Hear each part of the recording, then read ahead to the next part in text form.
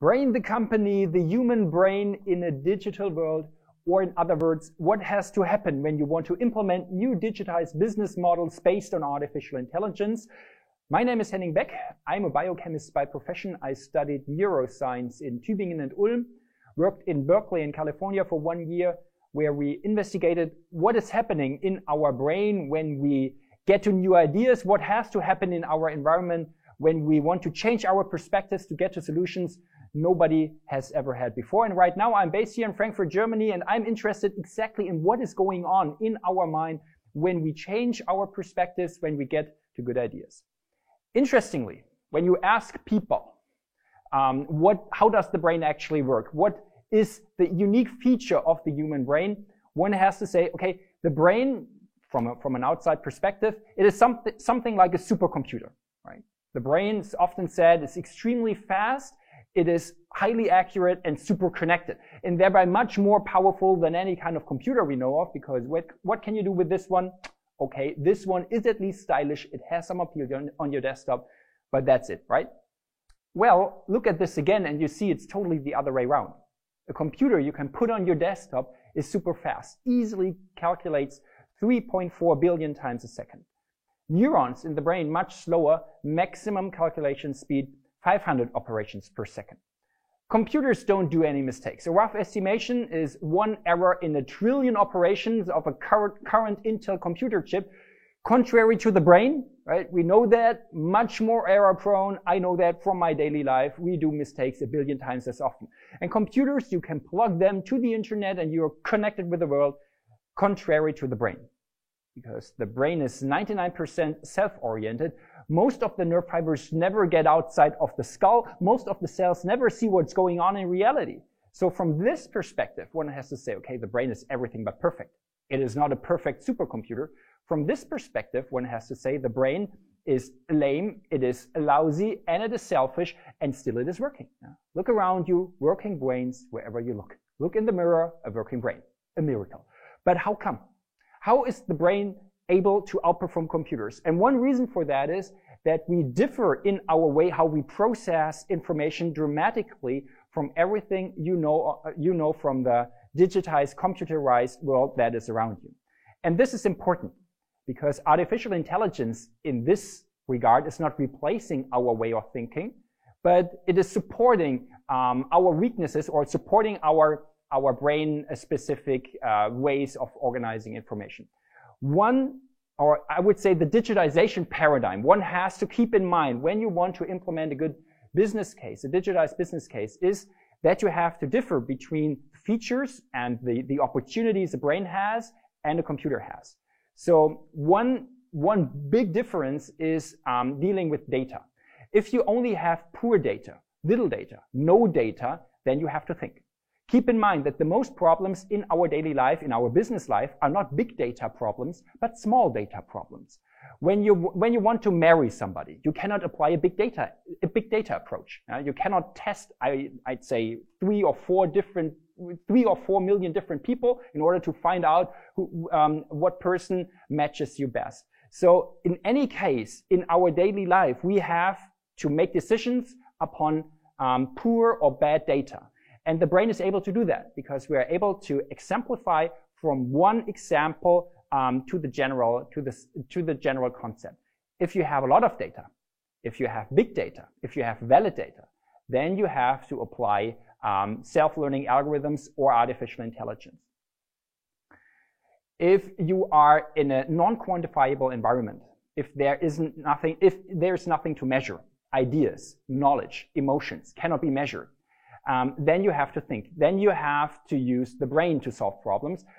If you have quantifiable KPIs, or if you are able to measure certain parameters directly and reliably, then it is possible to apply digitized approaches. And if you ask open-ended questions, this goes for innovation and creativity, this is the unique feature of the brain. If you have processes or problems that can be optimized in order to find the best solution for that, please use an artificial intelligence or a self-learning algorithm. And this shows that artificial intelligence is not replacing our brain, is not replacing us, but it's offering new features in order to get to new solutions nobody ever had before. And three aspects are most important. I've just recently shown you. It is about data, it is about measurement, and it's about creativity. And the first thing is important that you have to keep in mind. If you only have just a few data or poor data, then it is most important to behave adaptively in a new situation. One nice example that illustrates that is Google Flu. Maybe you remember Google Flu. That was the hot topic in the 2000s. Google introduced something they called nowcasting. The idea was that you can predict flu waves by interpreting the searches the people typed in the Google search engine. So the idea was if somebody searched for flu symptoms like coughing or having fever, this was a good predictor that somebody is ill, so you could predict the flu wave. This was a great idea, but it was wrong because it is not it is only correlation. It is not causation. Somebody doesn't get the flu because he or she is typing in something into the Google search engine. And so this system failed miserably because the data set wasn't good. By only analyzing the past, it is not possible to predict the future. And if you rely on that thinking too much, you are prone to stressors from outside. And we have all experienced that in the last year when we ran out of toilet paper. The same principle. You're just analyzing the past, and this is what artificial intelligence does. It is analyzing the whole retail market. And artificial intelligence is analyzing who is buying what, in which amount, on what kind of weekday. And by analyzing the retail market or the retail behavior of consumers of the last weeks or months or years, it is possible to predict the next days. This is good if everything stays the same. If there's a little change from outside, this system is breaking down. So what is important? Make the distinction between good and bad data. Only if you have a reliable data set, it is possible to introduce an artificial intelligence. Second topic, about measuring KPIs. There are a lot of things that cannot be measured. For instance, the way we communicate. You cannot measure an idea. You cannot measure knowledge, for instance. And one very important aspect when somebody wants to get to good ideas, when somebody wants to be innovative, is that you have to communicate in a specific and smart way. How so? A good friend of mine is working for a company that does intranet services for large enterprises, more than 2,000, 3,000 employees, up to 100,000 employees. And they asked, in those big enterprises, what do the most creative minds have in common? The most creative ones in the company, what do they share? Is it about intelligence? Is it about education? Is it about experience? Is it about age? Is it about cultural background? And it turned out all of these things are not so important as the communication profile. If you analyze who's chatting with whom, who's sending emails to whom, it is possible to predict how creatively somebody behaves. Here you have a company with 3 different departments, blue, red, and green. Wolfgang, a lot of connections, very well connected, unfortunately only in the blue department. Turns out, despite the fact that Wolfgang has a lot of connections, if they are very similar, those people don't get the good ideas because they cannot challenge their perspectives. Anneliese, on the other hand, does not have as many connections as Wolfgang, but the different ones in the blue, the red, and the green department. Put it this way. Anneliese, or the person here, does not have to be the brightest candle on the cake, but she has to sit at this interface, at the hub of different perspectives, of different ideas. And this is important that you challenge yourself from time to time in order to get to better ideas. This is the reason why I've never seen a single project that did not benefit from asking a non-expert. Somebody who is not an expert in this specific field, asking naive questions. And thereby it is possible to question certain behaviors and get out of this comfort zone that is usually the biggest obstacle when it comes to good ideas.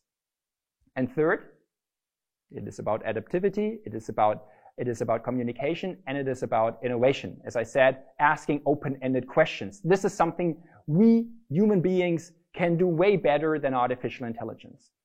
And by the way, the story that artificial intelligence is about to take over the world and controlling the planet Earth, this is all over the media right now, but this isn't anything new. This was in the headlines in May 1997 when Deep Blue, a chess computer constructed by IBM, did beat Garry Kasparov, the chess world champion, in this year. Never ever after that incident, a human being was able to beat the best chess program in the world. So far, so good. What only a few people know is how the machine took the win. One has to say that chess game consisted, or this chess match consisted of 6 different games. The situation on the chessboard in game number 2 was pretty clear. Standard situation on the chessboard, the machine played white, Kasparov black. Suddenly, the machine did a strange move. A move that Kasparov and nobody had ever seen before. The machine sacrificed a pawn without anything in return. And Kasparov asked himself, what is happening here? What is going on here? Is this machine creativity? He lost focus. He lost concentration. He was not able to beat the machine in game number 2 after that incident. He was not able to beat the machine ever after that incident. He lost game number 6 and was the first chess champion who lost against a chess program. And after the final game, when the engineers were allowed to check what happened in this mysterious move in game number 2, they found out in this specific moment, the chess program was overloaded. In order to not break down, they had installed something they called a panic mode that allowed the machine to play in that critical situation just a random move. I'm telling this story for 3 different reasons. First, it is not always perfection that takes the win. Second, that was the first and last time in computer history that a machine was truly creative. And third, it also shows how not to deal with a failure. IBM fired all the engineers after that incident because the machine was not error-free. It was buggy. They teared it down, put it to a museum, and never followed up the idea that's the clever mistake in our thinking that separates us from the uncreative machines. Today's machines are perfect. Machines are beating us at a different game. But they don't do it because they play this game creatively. They are not inventing new rules. They are not challenging themselves. They just don't do any mistakes. This is a clever strategy when you're playing against a human being, because human beings make mistakes. But it's also a very poor and lame and boring strategy.